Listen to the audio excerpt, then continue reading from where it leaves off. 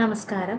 നമ്മളിന്ന് നോക്കാൻ പോകുന്ന ടോപ്പിക് ബേസിക് ഇലക്ട്രിസിറ്റി മൊഡ്യൂളിലെ AC ഫണ്ടമെന്റൽസ് എന്ന ഭാഗമാണ്. Alternating current or voltage. നമുക്കറിയാം AC അല്ലേ, എന്താണത് ചെയ്യുന്നത്? കറണ്ടിന്റെ ഡയറക്ഷൻ അല്ലേ, അല്ലെങ്കിൽ സർക്യൂട്ടിന്റെ ഡയറക്ഷൻ റിവേഴ്സ് ചെയ്തുകൊണ്ടിരിക്കും ഡ്യൂറിങ് പർട്ടിക്കുലർ ഇന്റർവൽസ്. ഇതാണ് AC എന്ന് പറയുന്നത് അല്ലേ. അപ്പൊ ഈ AC നമുക്ക് രണ്ട് തരത്തിൽ ജനറേറ്റ് ചെയ്യിപ്പിക്കാൻ പറ്റും. ഒന്ന്, ഒരു മാഗ്നറ്റിക് ഫീൽഡിൽ കോയിലിനെ റൊട്ടേറ്റ് ചെയ്യിക്കുക, അല്ലെങ്കിൽ കോയിലിനെ സ്റ്റേഷനറി ആക്കി മാഗ്നറ്റിക് ഫീൽഡിനെ റൊട്ടേറ്റ് ചെയ്യിക്കുക. ഓൾട്ടർനേറ്റിംഗ് കറണ്ട് അല്ലെങ്കിൽ വോൾട്ടേജിനെ നമുക്ക് ജനറലി ഒരു ഇൻസ്റ്റന്റേനിയസ് വാല്യൂ ആയിട്ട് റെപ്രസെന്റ് ചെയ്യാൻ പറ്റും. അതെന്ന് പറയുന്നത് E ഈസ് ഈക്വൽ ടു, ഈ റെപ്രസെന്റ് ചെയ്യുന്നത് ഇൻഡ്യൂസ്ഡ് EMF ആണ്. നമ്മൾ ജനറേറ്റർ യൂസ് ചെയ്യണം അല്ലെ. അപ്പം ഇൻഡ്യൂസ് ചെയ്യുന്ന EMF എന്ന് പറയുന്നത് EM സൈൻ തീറ്റ അല്ലെങ്കിൽ EM സൈൻ ഒമേഗ ടി എന്ന് പറയും. ഓക്കെ. അപ്പൊ അതുപോലെ തന്നെ കറണ്ടിനെയും ഇൻഡ്യൂസ് ചെയ്യുന്ന AC നെയും നമുക്ക് I is equal to IM sine omega t എന്ന് നമുക്ക് റെപ്രസെന്റ് ചെയ്യാൻ പറ്റും. ഓക്കെ. ഇതില് ഒമേഗ എന്ന് പറയുന്നത് ആംഗുലർ ഫ്രീക്വൻസി ആണ്. And that is equal to 2 pi f, where f is the frequency of rotation of the coil. അപ്പൊ ഇത് വെച്ച് ചേഞ്ച് ചെയ്ത് നമുക്ക് ഇക്വേഷനെ റീറൈറ്റ് ചെയ്യുകയാണെങ്കിൽ നമുക്ക് EM സൈൻ ഒമേഗ ടി എന്നുള്ളത് EM സൈൻ 2 pi ft എന്ന് എഴുതാം. അതിൽ f എന്ന് പറയുന്നത് we can return as 1 by t, where t is the time period of AC. Okay. Generation of alternating voltage and current. ഞാൻ നേരത്തെ പറഞ്ഞു നമുക്ക് രണ്ട് രീതിയിൽ കറണ്ടിനെ ജനറേറ്റ് ചെയ്യാം അല്ലെങ്കിൽ വോൾട്ടേജിനെ ജനറേറ്റ് ചെയ്യാം. First one, by rotating a coil in the magnetic field. അപ്പം കോയിലിനെ അവിടെ റൊട്ടേറ്റ് ചെയ്യാണ്. അപ്പൊ നമ്മൾ ഇതിനെ ഡൈനാമിക്കലി ഇൻഡ്യൂസ്ഡ് EMF എന്നാണ് പറയുന്നത്. ചെറിയ AC ജനറേറ്റേഴ്സിലൊക്കെ നമുക്ക് ഇത് പോസിബിൾ ആണ്. By rotating a magnetic field within a stationary coil. Stationary ആയിട്ടുള്ള ഒരു കോയില്, അതിനെ എന്ത് ചെയ്യുന്നു? മാഗ്നറ്റിക് ഫീൽഡ് റൊട്ടേറ്റ് ചെയ്യിപ്പിക്കുന്നു. അപ്പം കോയിൽ സ്റ്റേഷനറി ആയതുകൊണ്ട് തന്നെ സ്റ്റാറ്റിക് ഇൻഡ്യൂസ്ഡ് EMF എന്നാണ് നമ്മൾ അതിനെ പറയുന്നത്. ലാർജ് AC ജനറേറ്റർ, അതായത് ഓൾട്ടർനേറ്റേഴ്സ് ഒക്കെ യൂസ് ചെയ്ത് നമുക്ക് ജനറേറ്റ് ചെയ്യിപ്പിക്കാൻ പറ്റുന്നതാണ്. ഈ പറയുന്നത് ജനറേറ്റേഴ്സ് യൂസ് ചെയ്ത് പറയുമ്പോൾ ഇതിന്റെ ജനറേറ്റ് ചെയ്യുന്ന വോൾട്ടേജ് ഡിപ്പെൻഡ് ചെയ്യുന്ന കുറച്ച് കാര്യങ്ങളുണ്ട്. അത് ഏതൊക്കെയാണ്? Number of turns in the coil, strength of the field, speed at which the coil or magnetic field rotates. അപ്പൊ നമുക്ക് ഈ ഇൻഡ്യൂസ് ചെയ്യുന്ന EMFനെ നമുക്ക് റെപ്രസെന്റ് ചെയ്യാൻ പറ്റുന്ന കുറെ ഇക്വേഷൻസ് ഉണ്ട്. നമുക്ക് നോട്ട് ചെയ്ത് വെക്കാം. അപ്പൊ അതിൽ നിന്ന് തന്നെ നമുക്ക് മനസ്സിലാക്കാം എന്തിനൊക്കെ ഇത് depend ചെയ്യുന്നുള്ളത്. EM is equal to omega n phi m is equal to omega n BMA is equal to 2 pi Fn BMA. ഈ phi m എന്ന് പറയുന്നത് എന്താണ്? ഫ്ലക്സ് ആണ് അല്ലെ, മാഗ്നറ്റിക് ഫ്ലക്സ് ആണ്. BM into A, ഫൈനെ നമുക്ക് BM into A എന്ന് represent ചെയ്യാം. വേറെ BM എന്ന് പറയുന്നത് മാഗ്നറ്റിക് ഫ്ലക്സ് ഡെൻസിറ്റിയും A എന്ന് പറയുന്നത് ഏരിയയാണ്. അതുപോലെ തന്നെ ഒമേഗനെ നമുക്ക് 2 pi f വെച്ചിട്ട് അഗെയിൻ നമ്മൾ റെപ്രസെന്റ് ചെയ്യണം. അത്രയും വോൾട്ട് എന്ന് പറയാം. ഓക്കെ. ഇത് കൂടാതെ മറ്റൊരു ഇക്വേഷൻ നമുക്ക് പറയാൻ പറ്റുന്നത് 2BNLV സൈൻ തീറ്റ. അപ്പോ ഈ ഒരു ഇക്വേഷൻ വെച്ചിട്ട് നമുക്ക് എന്തൊക്കെ പറയാം? നമ്പർ ഓഫ് ടേൺസിനെയും മാഗ്നറ്റിക് സ്ട്രെങ്ത്തിനെയും അതുപോലെ സ്പീഡിനെയും എന്ത് ചെയ്യുന്നു? ഡിപ്പെൻഡ് ചെയ്യുന്നു എന്ന് പറയാം. സ്പീഡ് ഇവിടെ നമ്മൾ ഉദ്ദേശിക്കുന്നത് ഈ V ആണ്, വെലോസിറ്റി ആണ് നമ്മളിവിടെ പറയുന്നത്.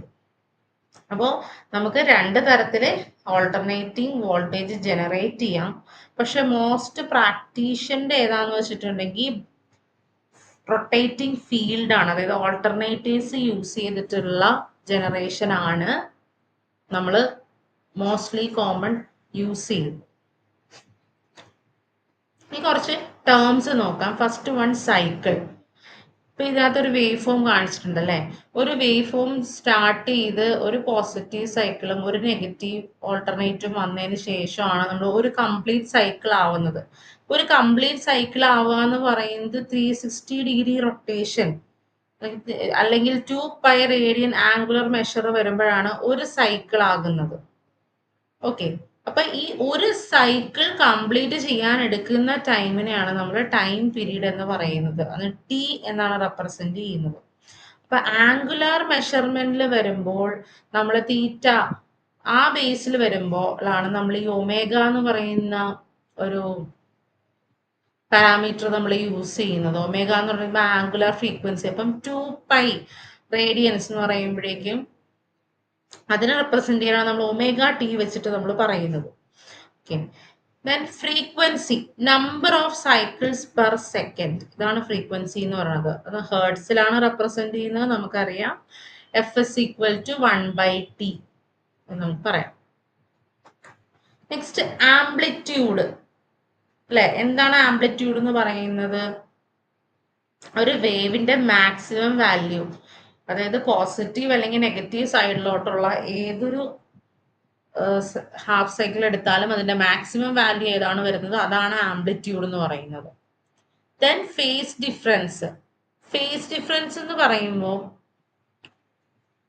നമ്മൾ കോയിൽ ഇൻഡ്യൂസ് ചെയ്യുന്ന ഇ എം എഫിന്റെ വാല്യൂ സെയിം ആയിരിക്കും, പക്ഷേ ഇതിന്റെ ഫ്ലോയ്ക്ക് അല്ലെങ്കിൽ ഒരു ഫ്ലോയുടെ ഡയറക്ഷന് വ്യത്യാസം ഉണ്ടാവും.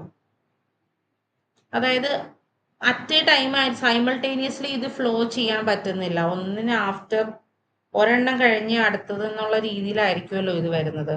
അപ്പോൾ ലാഗിങ് സംഭവിക്കാം, ലീഡിങ് സംഭവിക്കാം. അപ്പോൾ ഒരു വേവ് ലീഡ് ചെയ്യാന്ന് പറയുമ്പോൾ ഏത് വേവ് ആണോ, ഏത് ക്വാണ്ടിറ്റി ആണ് ആദ്യം വരുന്നത് എൻ്റെ മാക്സിമം വാല്യൂത്തിൽ, അല്ലെങ്കിൽ ആദ്യം എൻ്റെ സീറോ സ്റ്റാർട്ട് ചെയ്യുന്നത് ടൈം ലൈനിൽ എക്സ് ആക്സിൽ ആദ്യം വരുന്ന ഏതാണ് അതാണ് ലീഡ് ചെയ്ത് നിൽക്കുന്നത്. ലാഗ് ചെയ്യാന്ന് പറയുമ്പോൾ രണ്ടാമത് പുറകെ വരുന്ന ആളിനെയാണ് നമ്മൾ ലാഗ് ചെയ്യാന്ന് പറയുന്നത്. ലീഡ് ചെയ്യാന്ന് പറയുമ്പോൾ നമ്മൾ എത്ര ഫേസ് ഡിഫറൻസിൽ എത്ര ആംഗിളിൽ അത് ലീഡ് ചെയ്ത് നിൽക്കുന്നോ അത് പോസിറ്റീവ് ആയിട്ടാണ് നമ്മൾ റെപ്രസെന്റ് ചെയ്യുന്നത്. 5 ആണ് ഫേസ് ഡിഫറൻസ് റെപ്രസെന്റ് ചെയ്യുന്നത്. ഇപ്പൊ ലീഡ് ചെയ്യാന്ന് പറയുമ്പോൾ പ്ലസ് എന്നും ലാഗ് ചെയ്യാന്ന് പറയുമ്പോൾ മൈനസും ആയിട്ടാണ് നമ്മൾ റെപ്രസെന്റ് ചെയ്യുന്നത്. RMS വാല്യൂ അല്ലെങ്കിൽ root mean square value. It is given by that study current അല്ലെങ്കിൽ DC current which when flowing through a given circuit for a given time produces the same heat as produced by the AC when flowing through the same circuit for the same time.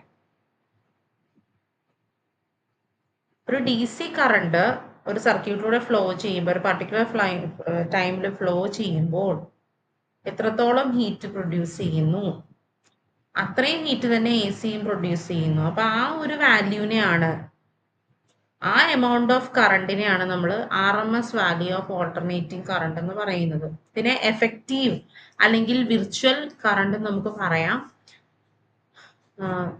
Alternating current AC ആകുമ്പോൾ sinusoidal wave ആണ് അല്ലെ. അപ്പോൾ ഒരു symmetrical sinusoidal wave ആവുമ്പോൾ അതിന്റെ RMS value എന്ന് പറയുന്നത് Im/√2 ആണ്.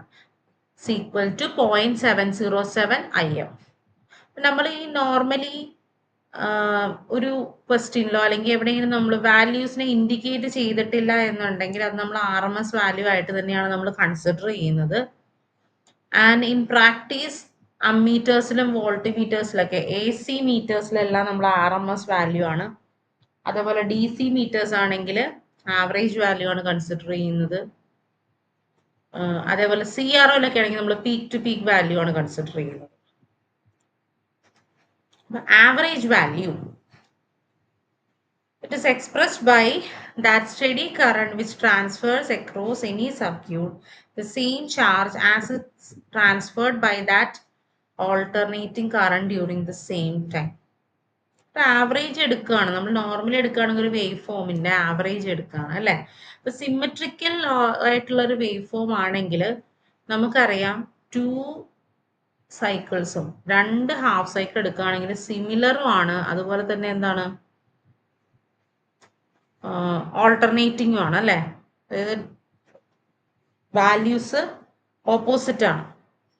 അപ്പം അതുകൊണ്ട് തന്നെ എന്താ ഒരു കംപ്ലീറ്റ് സൈക്കിളിന്റെ ആവറേജ് എടുക്കുമ്പോൾ നമുക്ക് 0 ആയിട്ട് പോകും. പക്ഷെ അസിമെട്രിക്കലിന്റെ കേസിൽ അങ്ങനെയാണോ? അല്ല, നമുക്കൊരു വാല്യൂ എടുക്കാൻ പറ്റും അല്ലേ? അപ്പം ഒരു ഹാഫ് വേവ് റെക്ടിഫൈഡ് ആയിട്ടുള്ള ഒരു അതാണ് ഇപ്പോൾ ഒരു എക്സാമ്പിൾ അൺസിമെട്രിക്കൽ ആൾട്ടർനേറ്റിംഗ് കറണ്ട്. അപ്പൊ അതിന്റെ ആവറേജ് വാല്യൂ എന്ന് പറയുന്നത് ഹോൾ സൈക്കിളിൽ നമുക്ക് എടുക്കാൻ പറ്റും. ഇപ്പൊ ജനറലി ഒരു സിനുസോയിഡൽ വേവ് ആണെങ്കിൽ ആവറേജ് വാല്യൂ എന്ന് പറയുന്നത് Im ബൈ π/2 അല്ലെ, അല്ലെങ്കിൽ 2Im ബൈ π എന്ന് പറയാം. ഇത് 0.637 Im ആണ്. ഓക്കെ, RMS വാല്യൂ എന്ന് പറയുന്നത് is always greater than average value except in the case of rectangular when both are equal. Rectangular വരുമ്പോൾ രണ്ടും ഒരേ സാധനമാണ് അല്ലെ. റെക്ടാംഗുലർ സ്ക്വയർ വേവ് ഒക്കെ എടുക്കുമ്പോൾ ഈ രണ്ട് ഫാക്ടേഴ്സും സെയിം ആണ്. അപ്പം ബാക്കിയുള്ളതിനെല്ലാത്തിനും RMS വാല്യൂ ആയിരിക്കും കൂടുതൽ നിൽക്കുക. Then form factor. Form factor നമ്മൾ വേവ് ഫോം ഫാക്ടർ എന്നൊരു പേരുമുണ്ട്. It is equal to RMS value by average value. അപ്പം സൈൻ വേവ് ആണെങ്കിൽ 1.1 വരുന്നുണ്ട്. Then crest or peak or amplitude factor എന്ന് പറയുമ്പോൾ maximum value by RMS value. Sine wave വരുമ്പോൾ 1.414. ഇതേപോലെ പല സിഗ്നൽസ് എടുക്കുകയാണെങ്കിൽ നമ്മൾ ആദ്യത്തെ വേവ് നോക്കുകയാണെങ്കിൽ സൈൻ വേവ് ആണ്. RMS വാല്യൂ എന്ന് പറയുന്നത് Vm/√2 ആണ്. ആവറേജ് എന്ന് പറയുന്നത് 0 ആണ്. കാരണം എന്താണ്? സിമെട്രിക്കൽ ആണ്. അബൌട്ട് y ആക്സിസ് സിമെട്രിക്കൽ ആണ്. ആൻഡ് എന്താണ്? റിവേഴ്സും ആണ്. അതുകൊണ്ടാണ് നമുക്ക് മിറർ. അതുകൊണ്ടാണ് നമ്മൾ ആവറേജ് ഈക്വൽ ടു 0 എന്ന് പറയുന്നത്. അതേപോലെ മിറർ അല്ല, ആന്റി സിമെട്രിക്കൽ അല്ലേ. അതേപോലെ നെക്സ്റ്റ് വേവ് എന്താ? Full wave rectifier. അതിൽ VRMS equal to Vm/√2, V average is equal to 2Vm/π. Then half wave റെക്ടിഫയറിൽ VRMS equal to Vm/2, V average is equal to Vm/π. ഇനി ഇതെന്താ? ഇതും ഒരു സിമെട്രി ഉള്ള ഒരു സ്ക്വയർ വേവ് ആണ്. Then here VRMS equal to Vm, V average equal to 0. അതേപോലെ അടുത്തതും ഒരു square wave VRMS equal to Vm/√2, V average equal to Vm/2. Then എന്താ? ട്രയാങ്കുലർ വേവ് രണ്ട് തരത്തിലാണ് അല്ലെ. രണ്ട് തരത്തിലാണെങ്കിലും അതിന്റെ VRMS Vm/√3യും V average equal to Vm/2 ആണ്. അപ്പൊ ഇത് വെച്ചിട്ട് ഈ RMS ആവറേജും വാല്യൂ വെച്ചിട്ടാണ് നമ്മൾ പീക്ക് ഫാക്ടറും ഫോം ഫാക്ടറും ഒക്കെ പറഞ്ഞുകൊണ്ടിരുന്നത്. അപ്പം പീക്ക് ഫാക്ടേഴ്സ് നോക്കുകയാണെങ്കിൽ സൈൻ വേവിന് 1.414, full wave rectifier 1.414, half wave rectifier 2, square 1, triangular 1.732. അതേപോലെ ഫോം ഫാക്ടർ എടുക്കുകയാണെങ്കിൽ sine 1.11, full wave rectifier 1.11, half wave rectifier 1.57, square 1, then triangular 1.15. ഇനി നമ്മൾ പഠിച്ച കുറേ പാസീവ് കമ്പോണൻസ് പഠിച്ചു അല്ലേ. Resistor, capacitor, inductor. ഇതിൽ കൂടി AC ഫ്ലോ ചെയ്യുമ്പോൾ എങ്ങനെയാണെന്നുള്ള നമുക്ക് നോക്കാം. First one AC through pure ohmic resistor. ഈ റെസിസ്റ്റർ മാത്രം വെച്ചിട്ട് എങ്ങനെയാണ് അത് ഫ്ലോ ചെയ്യുന്നതെന്നുള്ളത്. അപ്പൊ ഇവിടെ നമ്മൾ മനസ്സിലാക്കേണ്ട കാര്യം കറണ്ടും വോൾട്ടേജും തമ്മിലുള്ള റിലേഷൻ ആണ്. അപ്പം ഏത് സർക്യൂട്ട് എടുത്താലും നമ്മൾ ഫസ്റ്റിൽ പറയുന്ന ഇൻസ്റ്റന്റേനിയസ് വോൾട്ടേജ് അല്ലെങ്കിൽ അപ്ലൈഡ് വോൾട്ടേജ് എന്ന് പറയുന്നത് V is equal to Vm sin തീറ്റ അല്ലെങ്കിൽ sin ഒമേഗ ടി എന്നാണ്. അതേപോലെ ഇൻസ്റ്റന്റേനിയസ് കറണ്ട് എന്ന് പറയുന്നത് I is equal to Im sin omega T. അപ്പൊ ഈ Im ഉം Vm ഉം തമ്മിലുള്ള എങ്ങനെയാണ് കണക്ഷൻസ് വരുന്നതെന്നുള്ളതാണ് നമ്മൾ മനസ്സിലാക്കേണ്ടത്. ഇവിടെ നമ്മൾ വോൾട്ടേജ് ഡ്രോപ്സ് കാൽക്കുലേറ്റ് ചെയ്യുകയാണെങ്കിൽ V എന്ന് പറയുന്നത് അക്രോസ് എവിടെ വരുന്നുണ്ട്? റെസിസ്റ്ററിന് അക്രോസ് വരുന്നുണ്ട് അല്ലെ. V is equal to VR എന്ന് തന്നെ വേണം നമുക്ക് പറയാം. അപ്പം Im is equal to Vm/R എന്ന് കിട്ടും. അപ്പൊ ഒരു റെസിസ്റ്റൻസ് മാത്രമുള്ള സർക്യൂട്ടിലാണെങ്കിൽ നമുക്ക് എന്താണ്? കറണ്ടും വോൾട്ടേജും ഇൻ ഫേസ് ആയിരിക്കും. ഓക്കെ,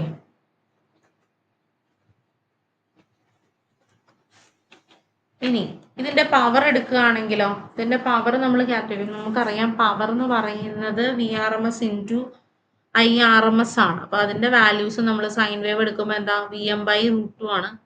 VM/√2 ഇൻറ്റു IM/√2 അല്ലേ? ഇത് കൺസിഡർ ചെയ്യുമ്പോൾ നമ്മൾ സാധാരണ എന്ത് സംഭവിക്കും, ഈ വേവ് ഫോം നോക്കിയാൽ മതി. അപ്പം ഈ പവറിന്റെ വേവ് എന്ന് പറയുന്നത് ഒരു സ്ക്വയർ വേവ് ആവും. അത് ഐ മീൻ സ്ക്വയർഡ് ആവും. അപ്പൊ power is equal to VMIM sine square omega t. അപ്പം നമ്മൾ ഇങ്ങനെ നോക്കിയാൽ മതി. വോൾട്ടേജിന്റെയും കറണ്ടിന്റെയും വേവ് ഫോം ആണ് ഈ പിങ്ക് കളർ കൊടുത്തിരിക്കുന്നത്. അപ്പൊ വോൾട്ടേജും കറണ്ടും പോസിറ്റീവ് ആകുമ്പോൾ പവറും എന്തായിരിക്കും, പോസിറ്റീവ് ആയിരിക്കും. അതേപോലെ വോൾട്ടേജും കറണ്ടും നെഗറ്റീവ് ആവുന്നത്, അതായത് നെഗറ്റീവ് സൈക്കിളിലും ഇതെന്താണ്, പവർ സ്ക്വയർഡ് ആയിരിക്കും. അപ്പം ഇതിനർത്ഥം എന്താ, പവർ പോസിറ്റീവായി അല്ലേ? ഇപ്പൊ ഏത് സൈക്കിൾ എടുത്താലും പവർ അവിടെ സീറോ ആവുന്നില്ല, രണ്ടിലും പോസിറ്റീവ് ആണ്. അപ്പം ഒരു പ്യുവർലി റെസിസ്റ്റീവ് ആയിട്ടുള്ള ഒരു സർക്യൂട്ടിൽ പവർ ഒരിക്കലും സീറോ ആവുന്നില്ല. പവർ ഒരു എന്താ പറയാ, ഏത് സൈക്കിൾ എടുത്താലും ഇൻസ്റ്റന്റേനിയസ് വാല്യൂ, അതായത് വോൾട്ടേജിന്റെയും കറണ്ടിന്റെയും ഇൻസ്റ്റന്റേനിയസ് വാല്യൂസ് വെച്ചിട്ടുള്ള ഏത് സൈക്കിൾ എടുത്താലും പോസിറ്റീവ് ആണെങ്കിലും നെഗറ്റീവ് ആണെങ്കിലും പ്രോഡക്റ്റ് പോസിറ്റീവ് ആണ്. Next AC through pure inductor alone, inductance മാത്രമായിട്ട്. ഓക്കെ, അപ്പൊ ഇൻഡക്റ്റൻസിന്റെ കേസിൽ നമ്മൾ പഠിച്ചിട്ടുള്ള ഒരു കാര്യം എന്താണ്, ഒരു ഇൻഡക്ടറിന്റെ കേസിൽ സെൽഫ് ഇൻഡക്റ്റൻസ് എന്ന് പറയുന്ന ഒരു പ്രോപ്പർട്ടി വരുന്നുണ്ട് അല്ലേ? ഒരു ബാക്ക് EMF ഇൻഡ്യൂസ് ചെയ്യുന്നുണ്ട്. കറണ്ടിന് ഫ്ലോ ചെയ്യാൻ തുടങ്ങുമ്പോൾ, അല്ലെങ്കിൽ കറണ്ടിന് ഒപ്പോസ് ചെയ്യുന്ന ഒരു ബാക്ക് EMF ഇൻഡക്ടറിൽ പ്രൊഡ്യൂസ് ചെയ്യുന്നുണ്ട്. ഓക്കെ, അപ്പൊ ഇവിടെ വേറെ റെസിസ്റ്ററോ കാര്യങ്ങളോ ഒന്നും ഇല്ലാത്തത് കൊണ്ട് തന്നെ ഈ സെൽഫ് ഇൻഡ്യൂസ്ഡ് EMF മാത്രമാണ് അവിടെ ജനറേറ്റ് ചെയ്യുന്നത് അല്ലെ? അതുകൊണ്ട് തന്നെ നമുക്ക് എന്ത് പറയാം, കറണ്ട് ലാക്സ് വോൾട്ടേജ് എന്ന് പറയാം. ആദ്യം ഒരു EMF ജനറേറ്റ് ചെയ്യും, അതിനുശേഷം മാത്രമേ കറണ്ട് ഇൻക്രീസ് ആയിട്ട് വരുന്നുള്ളൂ. അപ്പൊ കറണ്ട് ലാക്സ് വോൾട്ടേജ് എന്ന് പറയാം. ആൻഡ് എത്ര ലാഗ് ആവുന്നുണ്ട്, ഇതിന്റെ ഫേസ് ഡിഫറൻസ് എന്ന് പറയുന്നത് 90 ഡിഗ്രി ലാഗ് ആവുന്നുണ്ട്. അപ്പൊ അതുകൊണ്ട് നമുക്ക് ഇതിന്റെ കറണ്ടിന്റെ ഇക്വേഷനെ I is equal to IM sin omega t minus pi by 2. അതിൽ IM എന്ന് പറയുന്നത് നമുക്ക് VM/XL, ഇതിന്റെ ഇൻഡക്റ്റീവ് റിയാക്ടൻസ് ആയിട്ട് നമുക്ക് എഴുതാം, ഇംപെഡൻസിനെ അല്ലേ? ഇതിന് നമ്മൾ പവർ കൺസിഡർ ചെയ്യുകയാണെങ്കിൽ നമ്മൾ ഓരോ പോയിന്റിൽ നേരത്തെ എടുത്ത പോലെ നമ്മൾ ഓരോ പോയിന്റിൽ നമ്മൾ പവർ ഒന്ന് നോക്കിയാൽ മതി. പവറിന്റെ ജസ്റ്റ് പോസിറ്റീവ് ആണോ നെഗറ്റീവ് ആണോ എന്നൊന്ന് നോക്കിയാൽ മതി. അപ്പൊ ഫസ്റ്റ് 0 പോയിന്റിൽ എടുക്കുമ്പോൾ, ടൈം 0 പോയിന്റിൽ എടുക്കുമ്പോൾ അവിടെ എന്താ വരുന്നത്,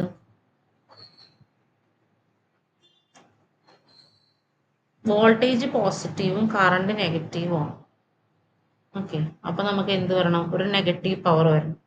ഇനി അടുത്തത് ഒരു 5/2 90 ഡിഗ്രിയിൽ എടുക്കുമ്പോൾ എന്താണ്, കറണ്ട് സീറോയും വോൾട്ടേജ് പോസിറ്റീവും ആണ്. അപ്പൊ അവിടെ പവർ സീറോ ആയി.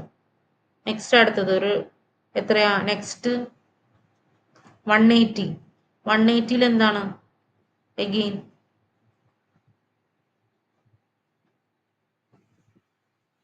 Voltage സീറോയും current maximum. അപ്പൊ അവിടെയും സീറോ വന്നു. അപ്പൊ ഇതിനിടയിലുള്ള വാല്യൂസിന് പവറിന് എന്ത് സംഭവിക്കുന്നു, പവർ പോസിറ്റീവ് ആണ് അല്ലേ? ഈ വോൾട്ടേജ് ആണെങ്കിലും കറണ്ട് കയറി വരുന്ന സമയത്തും വോൾട്ടേജ് ഇറങ്ങുന്ന ആ ഒരു ഏരിയയിൽ പവർ പോസിറ്റീവ് ആയിരിക്കും. അപ്പോൾ ഓൾട്ടർനേറ്റീവ് പവർ വേവ് ഇങ്ങനെ പോസിറ്റീവ് നെഗറ്റീവ് കിട്ടും. അപ്പൊ അതൊരു സിമ്മട്രിക്കൽ വേവ് ആണ് അല്ലേ? ഇങ്ങനെ വരുമ്പോൾ എന്ത് സംഭവിക്കുന്നു, പവർ നമുക്ക് കാൽക്കുലേറ്റ് ചെയ്യാൻ പറ്റുമോ? അല്ല, ടോട്ടൽ പവർ എടുക്കുമ്പോൾ എന്തായിരിക്കും, സീറോ ആയിരിക്കും അല്ലേ? അപ്പം ഓർക്കുക, ഇൻഡക്റ്റൻസിൽ കറണ്ട് ലാഗ് ചെയ്താണ് വരുന്നത് അല്ലേ? അല്ലെങ്കിൽ വോൾട്ടേജ് ലീഡ് ചെയ്താണ് വരുന്നത്. ബൈ എത്ര ഡിഗ്രി, 90 ഡിഗ്രി. അതേപോലെ റിയാക്റ്റൻസ് ഓഫർ ചെയ്യുന്ന പവർ എന്ന് പറയുന്നത് സീറോ ആയിരിക്കും. അതായത് ഇൻഡക്റ്റൻസോ കപ്പാസിറ്റൻസോ ഓഫർ ചെയ്യുന്ന പവർ എന്ന് പറയുന്നത് സീറോ ആയിരിക്കും.